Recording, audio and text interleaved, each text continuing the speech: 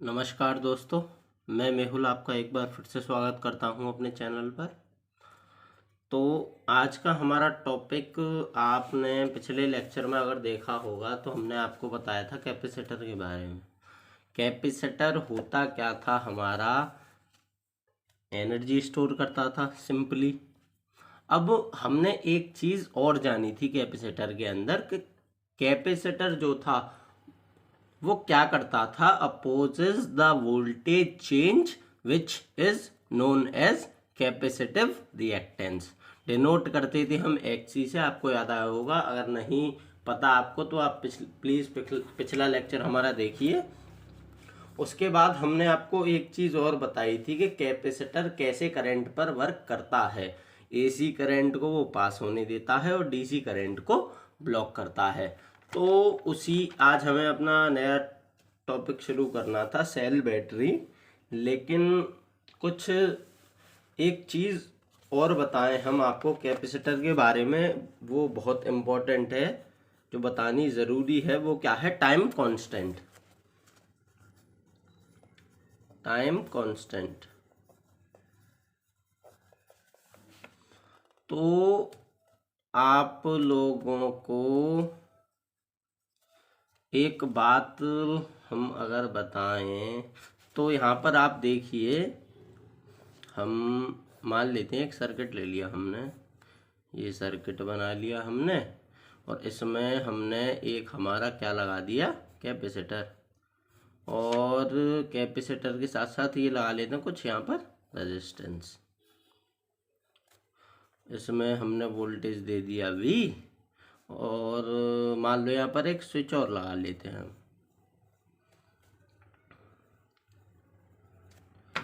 तो ये resistance R, ये वोल्टेज V। तो आप लोग एक बात अगर देखें, ये कैपेसिटर लेते हैं C और ये ले लेते हैं रेजिस्टेंस R। तो आप लोग अगर एक चीज़ देखें, इस कैपेसिटर के अराउंड कुछ चार्ज बनेगा। हमने आपको पहले बताया था जब वोल्टेज आएगा तो वोल्टेज की वजह से क्या होगा, एक चार्ज बिल्डअप होगा अराउंड द कैपेसिटेंस। तो कैपेसिटेंस के अराउंड तो होगा ही होगा, लेकिन रेजिस्टेंस के भाई, जब सर्किट में रेजिस्टेंस भी लगा हुआ है, कैपेसिटर भी लगा हुआ है, तो दोनों के ही अराउंड होगा, जाहिर सी बात है। तो यहाँ पर ले लेते हैं, मान ले लो इसके अराउंड जो वोल्टेज प्रोड्यूस हो रहा है, बिल्ट हो रहा है, वो मान लेते हैं VR, और इसके अराउंड मान लेते हैं VC। तो आप अगर एक बात देखें, हम ये स्विच को दबाया, स्विच जब तक दबा नहीं था, सर्किट इनकम्प्लीट था, तो कोई वोल्टेज नहीं बिल्टअप हुआ था इसके अराउंड, ना इसके अराउंड, ना कोई करंट गया था इसके अंदर। तो जैसे ही हमने ये स्विच दबाया तो होता क्या है, स्विच दबाते ही एक क्या बन जाएगा, चार्ज डेवलप हो जाएगा अराउंड रेजिस्टेंस एंड कैपेसिटर। तो कैपेसिटर के स्विच दबाने से पहले जो चार्ज था कैपेसिटर के अराउंड, वो कितना था? ज़ीरो था। लेकिन जब हमने जैसे ही ये स्विच दबा दिया तो चार्ज क्या बिल्टअप हुआ, उसके लिए एक फॉर्मूला है। चार्ज, ये देखिए, VC बराबर होगा V1 - E - T RC के। अब ये RC क्या होता है? इस RC को ही बोलते हैं हम टाइम कांस्टेंट। एक्चुअली में तो हम इस RC को ही बोलते, इसकी वैल्यूज़ क्या होती हैं RC अगर हम आपको बताएं तो RC बराबर होता है लैम्डा और कैपिटल T और टाउ के। तो यहाँ तक होप करते हैं आपको समझ में आया होगा। हमने आपको बताया था कि हमारे पास एक सर्किट था जिसमें वोल्टेज लगा हुआ था, एक रेजिस्टेंस लगाता हुआ था, एक कैपेसिटर लगा हुआ था। जब ये स्विच हमारा बंद था, सर्किट इनकम्प्लीट था, तो charge around voltage around the capacitor क्या था, 0।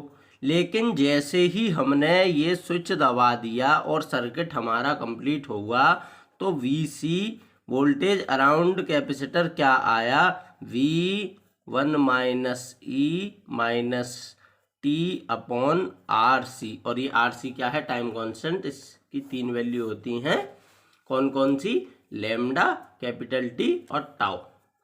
अब आपको एक बात मैं बताऊं, ये जो हमारा हमने लिया टाइम कांस्टेंट,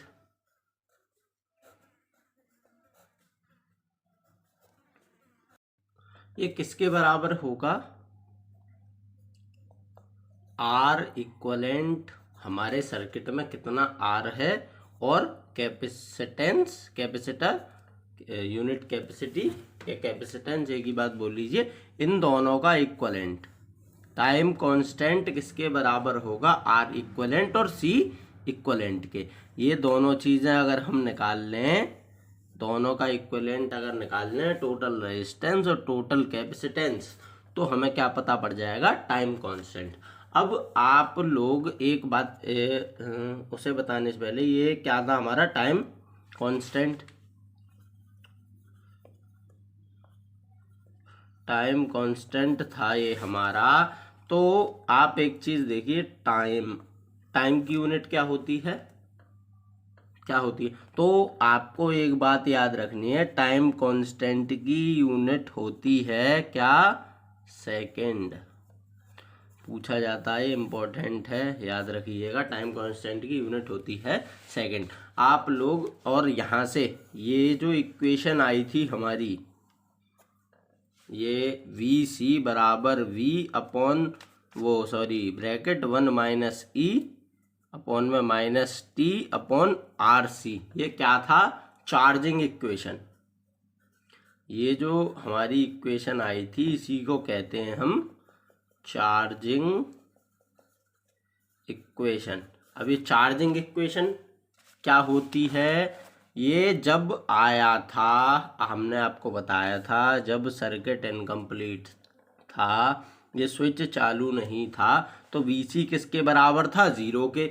जैसे ही हमने ये स्विच दबाया और हमारा कैपेसिटर क्या हुआ, चार्ज, तो क्या इक्वेशन हमें मिली, VC बराबर V1 minus E minus T upon RC। तो इसलिए इसको कहते हैं चार्जिंग इक्वेशन। अब जब हम इसको बंद करेंगे तो हमें एक और इक्वेशन मिलेगी, जिस इक्वेशन को क्या कहेंगे हम, डिस्चार्जिंग इक्वेशन।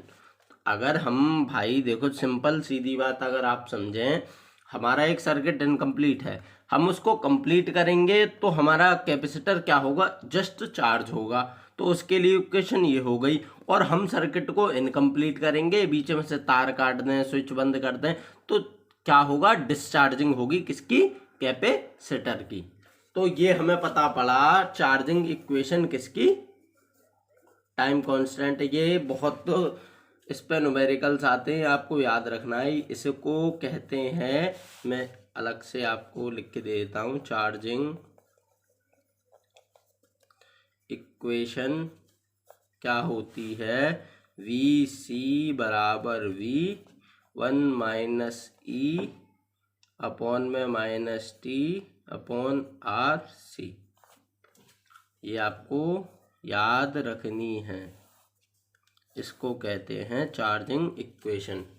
और ऐसे ही आती है हमारी एक डिस्चार्जिंग इक्वेशन। तो उसे बताने से पहले मैं आपको एक बात और बताऊं, टाइम कांस्टेंट की, के when voltage built up around, वो या अराउंड बोलिए, अक्रॉस बोल लीजिए, the capacitor becomes 0.632 times of apply voltage is known as time constant. ये टाइम कांस्टेंट का जो फंडा है, यहाँ पर टाइम कांस्टेंट हम पता है कब बोलेंगे, ये टाइम कांस्टेंट जब होगा, जब जो, देखो ये हमारा एक VC है और ये हमारा सिंपली V था। तो एक बात आप लोग यहाँ देखिए, जो हमारा VC क्या है, जो चार्ज डेवलप हो रहा है अक्रॉस द कैपेसिटर, तो ये जब जो चार्ज प्रोड्यूस हो रहा है अराउंड द कैपेसिटर, ये हो जाएगा 0.632 times of the original voltage के। जो हमने वोल्टेज दी है, इस वोल्टेज के ये वाला वोल्टेज 0.632 टाइम्स हो जाएगा, तब ये कहलाएगा टाइम कांस्टेंट। किसके लिए? चार्जिंग के लिए। Time constant for charging.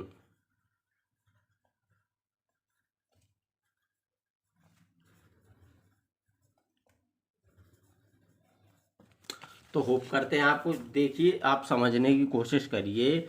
अगर आपको नहीं समझ में आया हो तो वीडियो को एक बार रिवाइंड करके दोबारा देखना।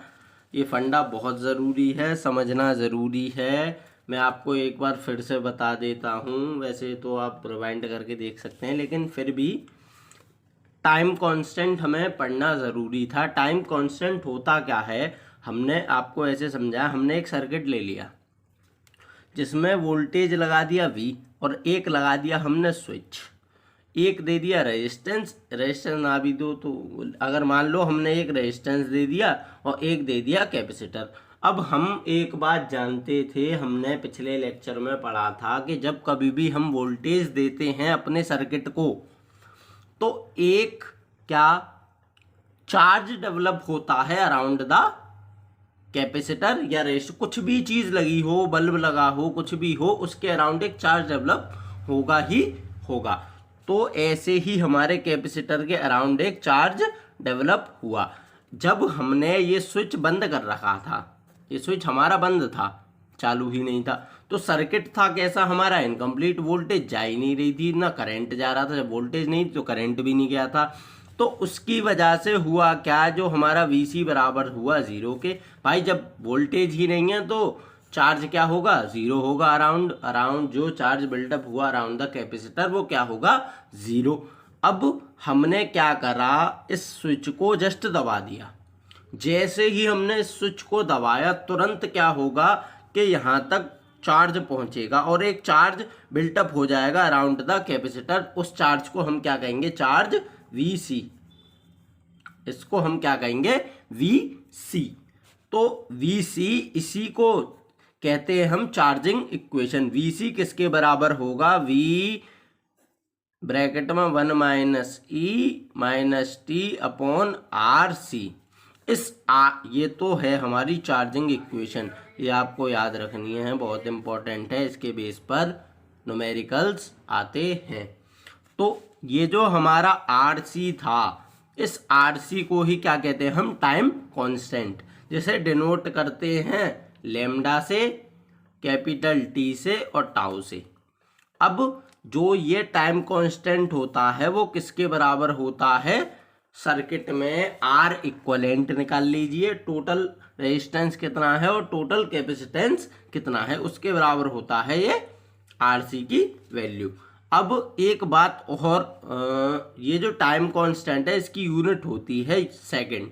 ये आपको याद रखनी है, टाइम कांस्टेंट की यूनिट कितनी होती है? SI unit second.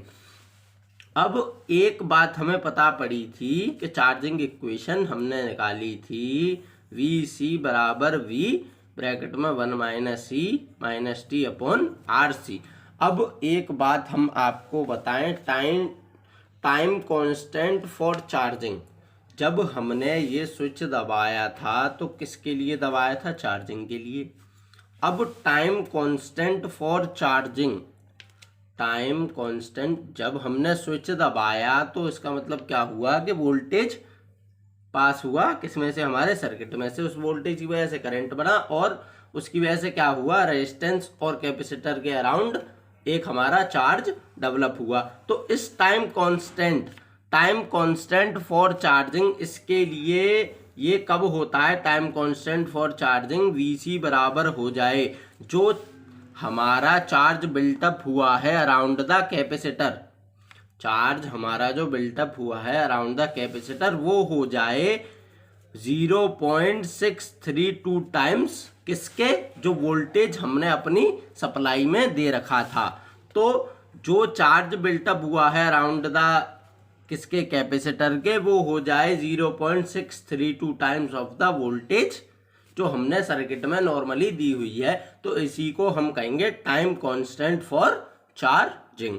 तो होप करते हैं यहाँ तक आपको समझ में आया होगा। तो ये बात आपको नोट कर लेनी है कि अगर नोट करें, इसकी डेफिनेशन अगर मैं आपको दूं तो आप लिखिए कि when voltage built up around the capacitor becomes 0.632 times of apply voltage is known as time constant. तो और अगर यहाँ तक आपको समझ में आया होगा, अगर इसका ग्राफ अगर हम बनाएं तो यहाँ पे अगर v ले लें ये और इधर हम t ले लें अपना, तो ग्राफ कुछ बनेगा ऐसे, क्योंकि भाई ये देखिए बढ़ रहा है VC हमारा, तो ग्राफ कुछ ऐसे बनेगा। अब ये तो हमने करी थी पूरी बात चार्जिंग की, अब यही चीज हम करेंगे डिस्चार्जिंग की। भाई हमने देखा कि हमने स्विच दबाया था, हमारा सर्किट पहले कुछ नहीं था, बंद था, VC जो चार्ज इसके अराउंड था कैपेसिटर के वो था 0, हमने देखा।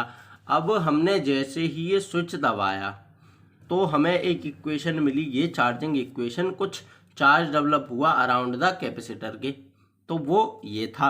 अब भाई जब हम इसको स्विच को बंद करेंगे तब भी तो हमें एक इक्वेशन मिलेगी, तो अब हम उसी के बारे में पढ़ेंगे और उसी को क्या कहते हैं, डिस्चार्जिंग इक्वेशन। जब हम अपने उस स्विच को बंद करेंगे, हम यहाँ पर आप देखिए इस स्विच को जब हम बंद करेंगे तो यहाँ पर क्या इफेक्ट पड़ेगा, तो हमारा आप देखिए देखें तो डिस्चार्जिंग इक्वेशन क्या आएगी हमारी, डिस्चार्जिंग इक्वेशन क्या आएगी, VC बराबर हो जाएगा VE minus T upon RC के। ये आपको याद रखना है, इसी को कहते हैं डिस्चार्जिंग इक्वेशन फॉर कैपेसिटर। और चार्जिंग इक्वेशन क्या थी हमारी, ये थी, कुछ नहीं है, देखिए V ब्रैकेट में 1 minus E minus T upon RC। दोनों में फर्क देखें तो क्या फर्क है, दोनों में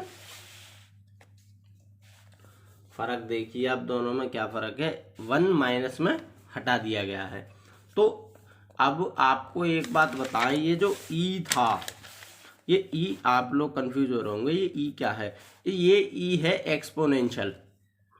इस E को क्या कहते हैं, एक्सपोनेंशियल।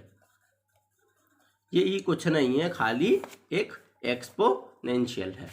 तो हमें एक डिस्चार्जिंग इक्वेशन पता पड़ी, जब हमने वो स्विच बंद करा तो उसके लिए भी एक इक्वेशन बनी, एक तो चार्जिंग के लिए बनी थी जब हमने स्विच ऑन करा था, जब हमने स्विच ऑफ करा तो उसके लिए भी हमें एक इक्वेशन पता पड़ी, क्या, डिस्चार्जिंग इक्वेशन ये। अब इसके डिस्चार्जिंग इक्वेशन, डिस्चार्जिंग के लिए भी एक टाइम कांस्टेंट बनेगा, टाइम कांस्टेंट फॉर डिस्चार्जिंग। तो टाइम कांस्टेंट फॉर डिस्चार्जिंग क्या होगा, VC जब हमारा हो जाएगा, गिर जाएगा 0.3 टाइम्स ऑफ अप्लाइड वोल्टेज के।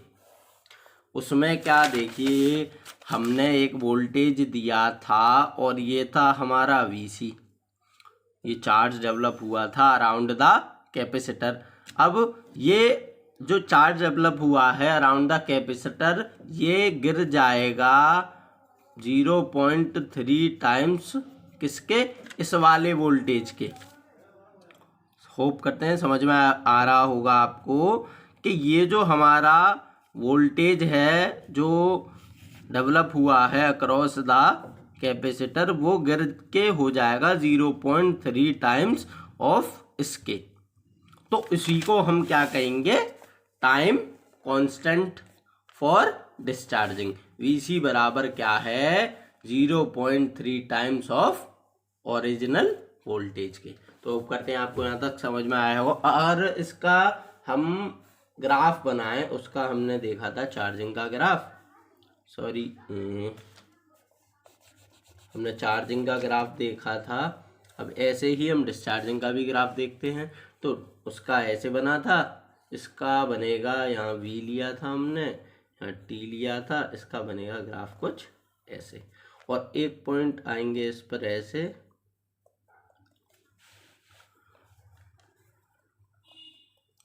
जहाँ पर ये 0.2 आएगा, और यहाँ पर आ जाएगा हमारा लैम्डा ले लो, टी ले लो या टाउ ले लो, बात एक ही है। तो ये ग्राफ बनेगा इसके लिए। अब हम आगे बढ़ेंगे अपने, यहाँ तक आपको सब समझ में आया होगा, होप करते हैं। कोई भी दिक्कत हो तो आप कमेंट सेक्शन में कमेंट करके पूछ सकते हैं, मुझे पर्सनली कांटेक्ट करके पूछ सकते हैं। अगर यहाँ कोई प्रॉब्लम है, मैं बार बार कहता हूँ, कुछ दिक्कत है तो प्लीज़ पूछिए। तो यहाँ तक अगर आपको समझ में आया सब, तो हम बढ़ते हैं अपने अगले टॉपिक पर का, वो अलग ही चैप्टर है। अब यहाँ तक जो था ख़त्म हुआ इलेक्ट्रिसिटी। अब हमारा एक नेक्स्ट टॉपिक शुरू होगा जिसे हम कहेंगे सेल बैटरी। तो हमारा उसका कॉन्सेप्ट शुरू होने वाला, काफ़ी इम्पोर्टेंट है और काफ़ी न्यूमेरिकल्स आते हैं इसके ऊपर, तो इसे काफ़ी अच्छे से पढ़ेंगे।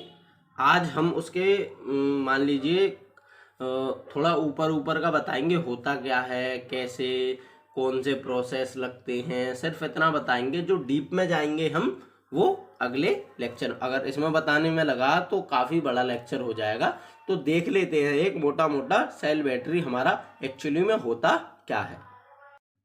सेल बैटरी आप लोग सब जानते हैं, सेल एक छोटी यूनिट है। आपके वॉचेस में, रिमोट के सेल में, रिमोट सेल जो होता है, सेल एक्चुअली सेल ही है वो।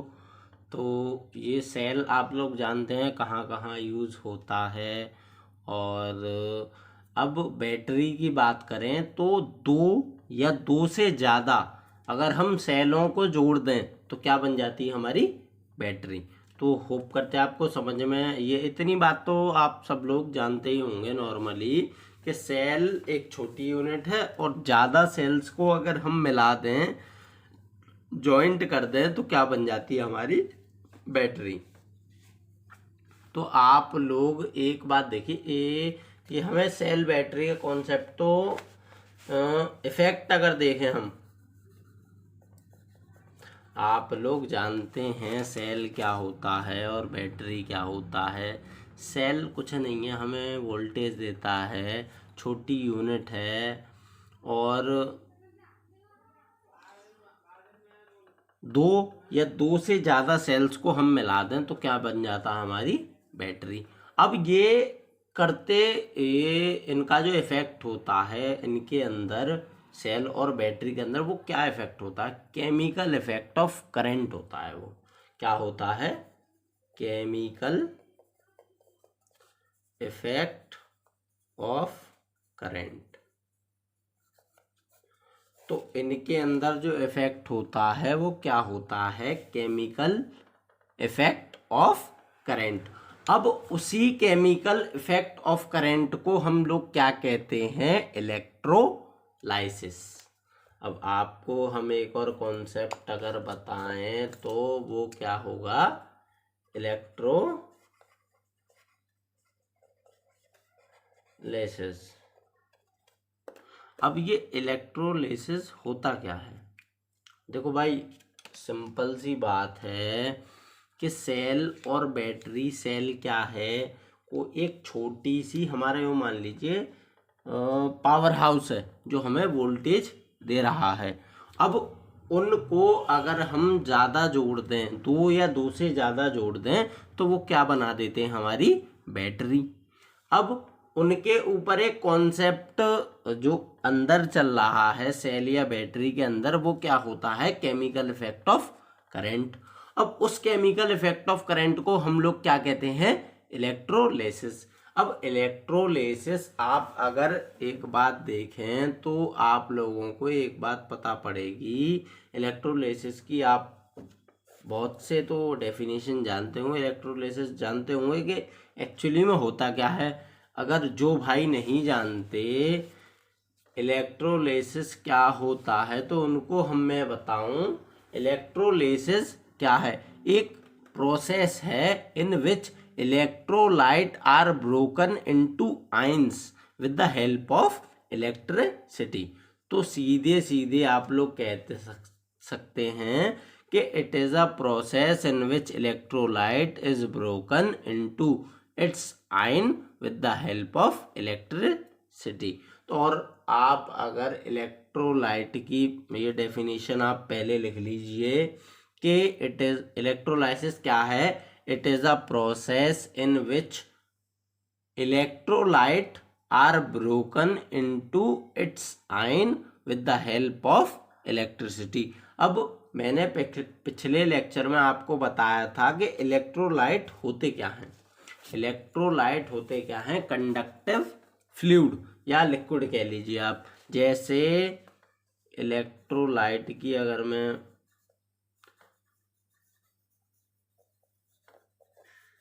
बात करूं तो इलेक्ट्रोलाइट क्या होते हैं? कंडक्टिव फ्लूइड्स या लिक्विड बोल लीजिए आप। फ्लूइड होते हैं, गैस और लिक्विड दोनों। ये क्या, इनके अगर एग्जाम्पल दूं तो जैसे ले लीजिए आप NaCl नमक और Zn2SO4, ये क्या होता है? सल्फ्यूरिक एसिड हमारा। लिख दूं मैं सल्फ्यूरिक एसिड। तो ये हमारे क्या हैं? इलेक्ट्रोलाइट हैं। तो हमने एक बात जानी कि हमारा सेल क्या है? एक छोटी सी यूनिट है जो हमें वोल्टेज देता है। अगर दो या दो से ज़्यादा हम सेल जोड़ दें तो बैटरी हमारी बन जाती है। दो या दो से ज़्यादा अगर हम सेल जोड़ दें तो क्या बन जाएगी? बैटरी बन जाएगी। अब बैटरी बन जाएगी, मान लो सेल लो या बैटरी लो, तो उनके अंदर कुछ इफेक्ट होता है जिससे हमें वोल्टेज देते हैं। वो क्या होता है? Chemical effect of current. अब वो केमिकल इफेक्ट ऑफ करंट होता क्या है एक्चुअली में? इलेक्ट्रोलाइसिस। इलेक्ट्रोलाइसिस होता क्या है? आप लोग डेफिनेशन मैंने अभी आपको बताई थी। Electrolysis it is a process in which electrolyte is broken into its ion with the help of electricity. एक ऐसा प्रोसेस है जिसके अंदर इलेक्ट्रोलाइट को तोड़ा जाता है उसके आयंस के अंदर। किसकी मदद से? इलेक्ट्रिसिटी की मदद से। अब इलेक्ट्रोलाइट होते क्या हैं? इलेक्ट्रोलाइट होते हैं कंडक्टिव मटेरियल, कंडक्टिव लिक्विड्स। ऐसे लिक्विड जिनके अंदर से इलेक्ट्रिसिटी पास हो जाए। तो ऐसे लिक्विड क्या है? NaCl। मैंने एग्जाम्पल दिए हैं दो, होते तो कई सारे हैं। दो एग्जाम्पल NaCl, Zn2SO4। NaCl नमक होता है आपका साल्ट और Zn2SO4 होता है सल्फ्यूरिक एसिड। तो करते हैं यहाँ तक आपको समझ में आया होगा। अब आपको एक बहुत इम्पोर्टेंट बात अगर मैं बताऊं तो वो इलेक्ट्रोलिसिस जो है, हमने आपको बताया इलेक्ट्रोलिसिस होता क्या है। वो फंक्शन करती है only on DC current, direct current पे ही काम करती है। Functions only on DC because आप लोग AC जानते हैं। AC का अगर मैं ग्राफ बनाऊं तो आप लोग देखिए कि ये चार्जिंग वाला पार्ट, ये डिस्चार्जिंग वाला पार्ट, ठीक, ये एक और चार्जिंग वाला पार्ट, ये एक और डिस्चार्जिंग वाला पार्ट। यहाँ से यहाँ तक, इस पॉइंट से इस पॉइंट तक आप अगर देखें तो ये एक साइकिल है हमारी। ये पॉजिटिव है, ये नेगेटिव है। यहाँ आप देखो इस पॉइंट पर वैल्यू क्या होगी? 0। यहाँ कुछ भी हो सकती है। तो आप लोगों ने एक यहाँ से यहाँ तक की जो साइकिल है हमारी, इस पॉइंट से इस पॉइंट तक की, वो एक साइकिल है पूरी। AC करंट की बात कर रहे हैं हम। एसी करंट की बात कर रहे हैं तो यहाँ से यहाँ तक की साइकिल कितनी है, पूरी एक साइकिल है। अब आप लोग एक चीज़ देखें तो इस साइकिल में करंट कितनी बार जीरो हो रहा है। एक तो स्टार्टिंग पॉइंट पे तो भाई जीरो होगा ही होगा, यहाँ एक यहाँ भी जीरो हो रहा है और एक यहाँ भी जीरो है। चलो इसको हम छोड़ दें तो हमें एक बात पता पड़ी कि इस साइकिल में 2 बार करंट क्या हो रहा है, जीरो। इस साइकिल में, एसी साइकिल में करंट 2 बार हो रहा है जीरो। और जो इलेक्ट्रोलिसिस की कंडीशन होती है, इलेक्ट्रोलिसिस हमने आपको बताया होता क्या है इलेक्ट्रोलिसिस, के इलेक्ट्रोलिसिस एक ऐसा प्रोसेस है जहां पर इलेक्ट्रोलाइट्स टूटते हैं उनके आयंस में with the help of electricity. अब इलेक्ट्रोलिसिस की कुछ कंडीशन है। इलेक्ट्रोलिसिस कहता है कि मुझे भाई कंटिन्यूअस या कांस्टेंट सप्लाई चाहिए करंट की, तो इलेक्ट्रोलिसिस नीड्स कंटिन्यू या कांस्टेंट सप्लाई। तो इलेक्ट्रोलिसिस नीड्स कांस्टेंट या कंटिन्यू सप्लाई ऑफ करंट। अब आप लोगों ने एक बात देखी, एसी करंट में हमारी जो एक साइकिल थी यहाँ से यहाँ तक की, इसमें 2 बार करंट क्या हो रहा था, जीरो। अब डीसी का आप ग्राफ अगर बनाएं तो डीसी तो भैया सीधा सीधा चलता है, उसकी कुछ फ्रिक्वेंसी ही नहीं है।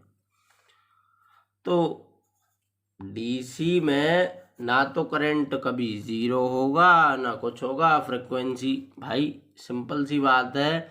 एसी करंट आप लोग, मैंने आपको पिछले लेक्चर में बताया था कि एसी करंट से अगर आप कभी चिपक जाएं तो वो आपको झटका दे देगा पीछे, लेकिन डीसी करंट चिपकाए रखता है। क्यों?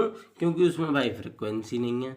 और एसी करंट में 2 बार, एक साइकिल में ही 2 बार करंट हो रहा है जीरो, तो भाई वो तो सिंपली आपको छोड़ ही देगा, झटका दे ही देगा। तो इस वजह से ये जो हमारा इलेक्ट्रोलाइसिस का प्रोसेस है ये डीसी करंट पे होता है। क्यों? क्योंकि इसको कंटिन्यूअस या फिर कांस्टेंट सप्लाई चाहिए, किसकी, करंट की, जो एसी करंट में पॉसिबल नहीं है। तो होप करते हैं आपको यहाँ तक समझ में आया होगा। हम अपने अगले लेक्चर में बताएंगे आपको electrolysis, Faraday's law of electrolysis, ये होते कितने हैं और क्या होता है इनका कॉन्सेप्ट। अगर मैं इसमें काफ़ी ब्रॉड टॉपिक है और ये आपको बहुत अच्छे से करना है, सेल और बैटरी। तो होप करते हैं कि आपको यहाँ तक सब समझ में आया होगा। और अगर आपको कोई दिक्कत है तो प्लीज़ कमेंट सेक्शन में जाइए, मुझे पर्सनली कांटेक्ट करिए। मैंने आपको Facebook ID, email ID, WhatsApp number सब चीज़ दे रखी है। आप वहाँ पर जाके कोई क्वेश्चन है रिलेटेड टॉपिक से तो आप पूछ सकते हैं मुझसे। और एक हम्बल रिक्वेस्ट हर वीडियो में करता हूँ मैं कि ज़्यादा से ज़्यादा शेयर करें। अगर आपको कंटेंट अच्छा लग रहा है तो आपके फ्रेंड सर्कल में जिनको ज़रूरत है इस चीज़ की, वहाँ तक प्लीज़ पहुँचाइए। तो थैंक यू और होप करते हैं आपको वीडियो अच्छी लगी होगी। मिलते हैं अपने अगले लेक्चर में।